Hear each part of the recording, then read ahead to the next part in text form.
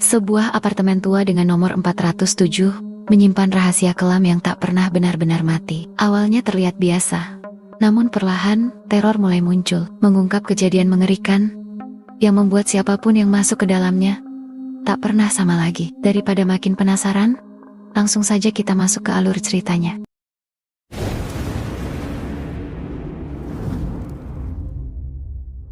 Film dibuka dengan Isabel, seorang wanita yang menceritakan kisah kelam hidupnya sebagai korban perdagangan manusia. Ia mengatakan bahwa hingga kini masih banyak wanita di seluruh dunia yang mengalami nasib serupa. Cerita kemudian beralih ke kilas balik. Isabel terbangun dalam kondisi tangan terikat di tempat tidur. Mulutnya tertutup dan tubuhnya tidak bisa bergerak. Seorang pelaku mendekatinya, lalu menyuntikkan sebuah zat langsung ke tubuh Isabel. Perlahan, kesadarannya pun menghilang. Sebelum kejadian mengerikan itu terjadi, kita dibawa ke kilas balik yang lebih awal. Isabel terlihat sedang jogging di pagi hari. Setelah itu, ia kembali ke apartemen dan mandi untuk membersihkan tubuhnya. Selesai mandi, Isabel menghampiri kekasihnya yang masih tertidur pulas untuk mengucapkan selamat ulang tahun. Nama kekasihnya adalah Mark. Mereka bercanda ringan tentang siapa yang akan menyiapkan sarapan. Namun suasana romantis itu terganggu ketika putri mereka, Olivia, masuk ke kamar. Olivia meminta sarapan kepada ibunya. Isabel pun mengajak Olivia menuju meja makan. Betapa terkejutnya Isabel dan Olivia saat melihat sarapan sudah tersaji di meja. Ternyata Mark telah menyiapkannya lebih dulu. Isabel pun tersenyum bahagia. Setelah itu, Isabel berangkat bekerja ke sebuah gym, tempat ia bekerja sebagai instruktur kebugaran. Chest open. Get 10 more seconds. 10, 4. Usai sesi latihan, Isabel berbincang dengan salah satu kliennya, bernama Maria. Maria mengatakan bahwa ia tidak bisa melanjutkan kelas karena biaya latihan yang terlalu mahal. Namun Isabel dengan tulus menambahkan 5 sesi latihan tambahan untuk Maria, tanpa biaya. Adegan berpindah ke sebuah kedai kopi. Seorang pria pengemis masuk dan mulai meminta-minta kepada para pengunjung. Saat itu, Isabel sedang duduk sendirian menikmati makanannya. Pengemis tersebut menghampirinya dan meminta uang. Isabel mengatakan bahwa ia tidak memiliki uang receh. Namun pengemis itu justru menjadi agresif dan mengganggu Isabel. Seorang pria bernama Peter, yang juga pengunjung kedai, mencoba menolong Isabel dan mengusir pengemis tersebut. Bukannya pergi, pengemis itu malah marah, berbicara kasar kepada semua orang, dan mengambil sandwich milik Isabel sebelum pergi. Setelah kejadian itu, Peter menghampiri Isabel. Mereka terlibat percakapan singkat. Peter mengatakan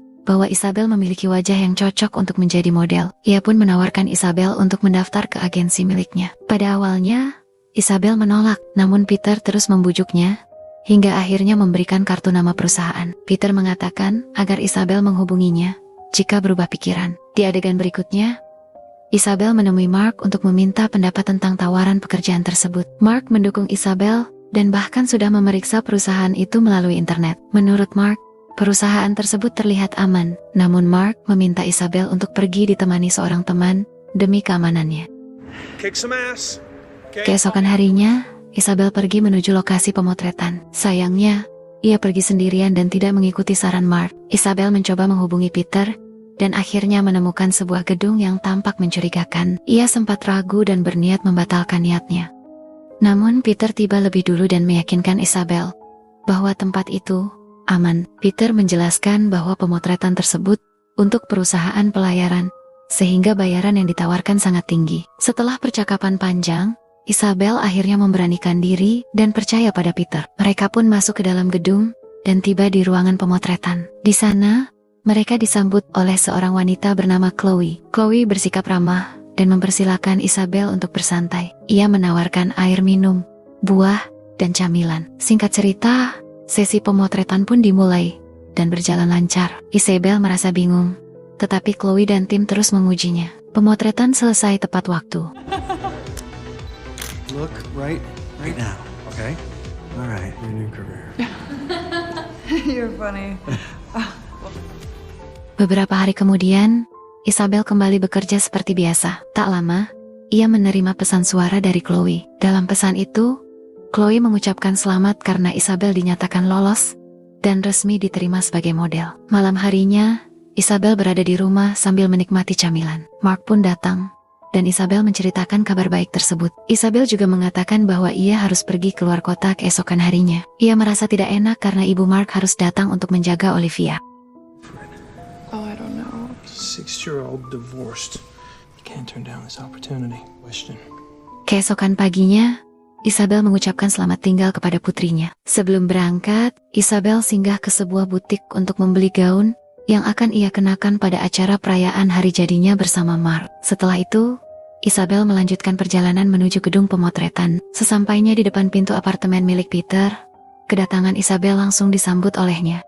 Isabel pun masuk ke dalam apartemen tersebut. Namun Isabel merasa heran, kondisi ruangan terlihat kosong dan sangat berbeda dibandingkan hari sebelumnya. Isabel menanyakan hal itu kepada Peter. Sayangnya, Peter tidak menjawab dan justru mengunci pintu apartemen. Peter berjalan sambil memotret Isabel menggunakan ponselnya, lalu duduk dengan santai. Isabel terus bertanya, apa yang sebenarnya terjadi? Tiba-tiba, Peter mengeluarkan sebuah pisau. Melihat hal itu, Isabel langsung ketakutan. Isabel mengatakan bahwa kekasihnya akan datang menjemputnya. Namun Peter malah menantang dan berkata bahwa ia tidak sabar untuk bertemu dengan kekasih Isabel. Peter kemudian bertanya, apakah Isabel pernah ditikam sebelumnya? Ucapan itu jelas dimaksudkan untuk menakut-nakutinya. Isabel hanya bisa menangis. Peter mengatakan bahwa ia bisa menyakiti Isabel lebih parah jika Isabel berteriak. Dalam kepanikan, Isabel diam-diam mengeluarkan ponselnya dan mencoba menelepon kekasihnya. Namun Peter mendengar suara getaran ponsel tersebut. Isabel pun meminta izin untuk pergi ke kamar mandi. Peter mengizinkannya,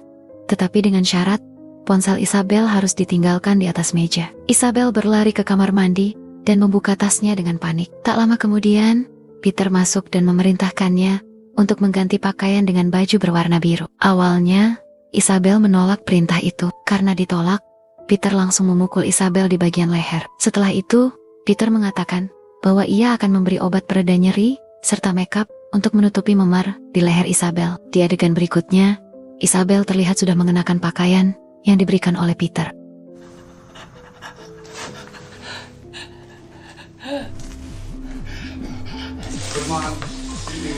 Isabel kemudian menghampiri Peter yang berada di ruang tamu. Tanpa basa-basi, Peter memerintahkan Isabel untuk melepaskan atribut yang dikenakannya agar bisa dipotret. Peter juga mengancam akan menyakiti Isabel jika ia tidak menuruti perintahnya. Kemudian, Peter memberikan segelas susu kepada Isabel dan memintanya untuk meminumnya. Karena takut akan disakiti, Isabel menuruti perintah tersebut. Tak lama setelah itu, sesi pemotretan pun dimulai. Namun di tengah sesi foto, Isabel mulai merasakan efek aneh dari minuman yang diminumnya. Pandangan Isabel mulai kabur, tubuhnya melemah. Tak lama kemudian, Isabel pun pingsan. Singkat cerita, Isabel terbangun dalam kondisi mengenaskan. Ia diserang oleh seorang pria asing, sementara Peter merekam kejadian tersebut. Setelah pria itu selesai, ia menyerahkan sejumlah uang kepada Peter, lalu pergi meninggalkan ruangan. Peter kemudian menyuruh Isabel membersihkan dirinya di kamar mandi. Peter mengatakan bahwa mulai sekarang, tempat itu adalah rumah Isabel. Ia meminta Isabel untuk terbiasa tinggal di sana. Isabel mencoba mencari jalan keluar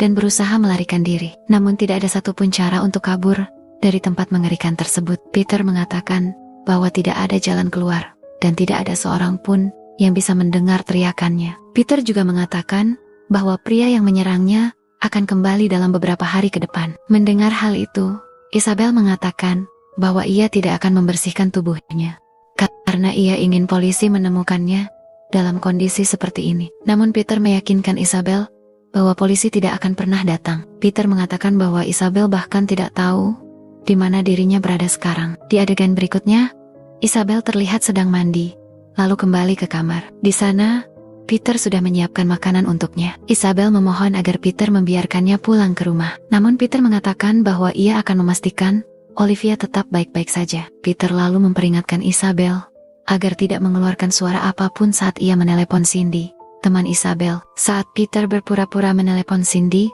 Isabel tiba-tiba berteriak meminta tolong. Namun Peter mengungkapkan bahwa ia sebenarnya belum menelepon siapapun. Peter kemudian memukul Isabel tepat di bagian tenggorokan. Setelah itu, Peter menelepon Nancy dan mengatakan bahwa Isabel akan bekerja lembur. Dengan suara lemah dan penuh ketakutan, Isabel bertanya kepada Peter, mengapa ia melakukan semua ini kepadanya?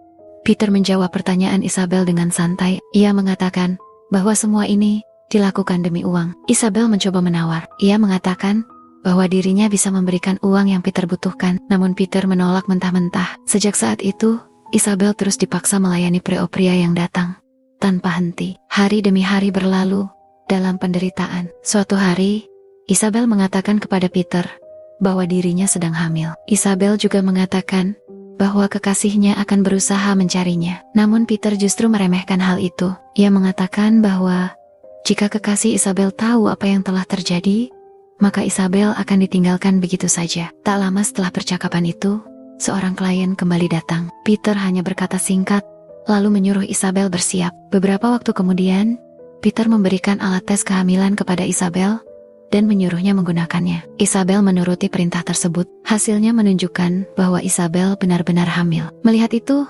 Peter berubah sikap. Ia berjanji akan merawat Isabel dengan baik. Ia mengatakan akan memberikan semua yang dibutuhkan Isabel.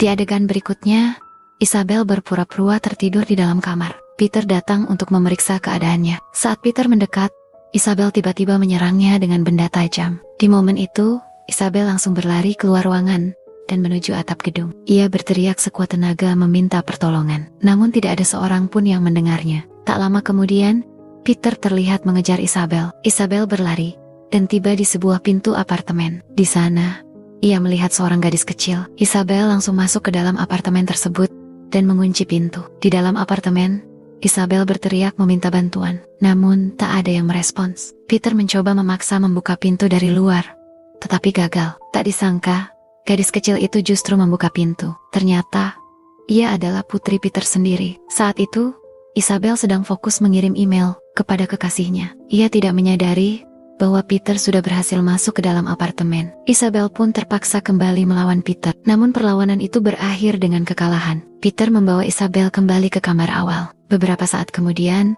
Isabel terbangun. Kini dirinya berada di dalam sebuah lemari kedap suara. Tangannya terikat dengan pita dan mulutnya ditutup menggunakan lakban.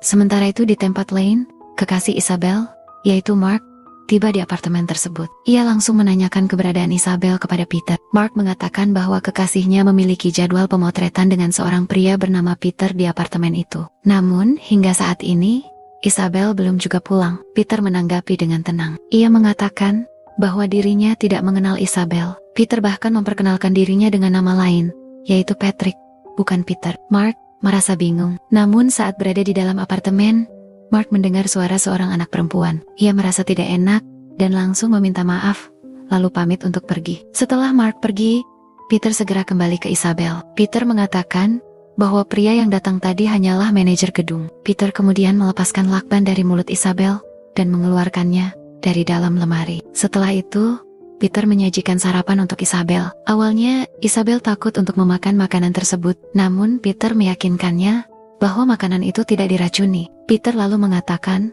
bahwa nama aslinya adalah Patrick. Ia juga menjelaskan bahwa ada banyak orang yang bekerja untuknya. Orang-orang itu mengetahui segala hal tentang Isabel. Peter memperingatkan Isabel agar tidak mencoba membuat masalah, meskipun suatu hari ia dilepaskan. Singkat cerita, seorang klien baru datang. Isabel kembali disakiti. Dalam kondisi lemah, Isabel sempat berhalusinasi melihat putrinya. Namun ia segera tersadar kembali ke kenyataan. Setelah itu, Isabel pergi ke kamar mandi. Di sana, ia mencoba melukai dirinya sendiri. Namun Peter datang tepat waktu dan menghentikannya. Peter mencoba menenangkan Isabel. Ia mengatakan bahwa Isabel harus bertahan demi Olivia dan calon adiknya. Peter menyuruh Isabel untuk tetap kuat. Peter kemudian membawa Isabel kembali ke tempat tidur. Tak lama, Peter datang membawa seekor anak kucing yang ditemukan oleh putrinya. Peter mengizinkan Isabel untuk memelihara kucing tersebut. Ia mengatakan bahwa Isabel boleh merawatnya. Di momen itu, Isabel bertanya tentang siapa sebenarnya Chloe. Peter menjawab dengan santai bahwa Isabel lebih berharga dibanding Chloe. Peter mengatakan bahwa Chloe hanya bertugas mengambil gambar.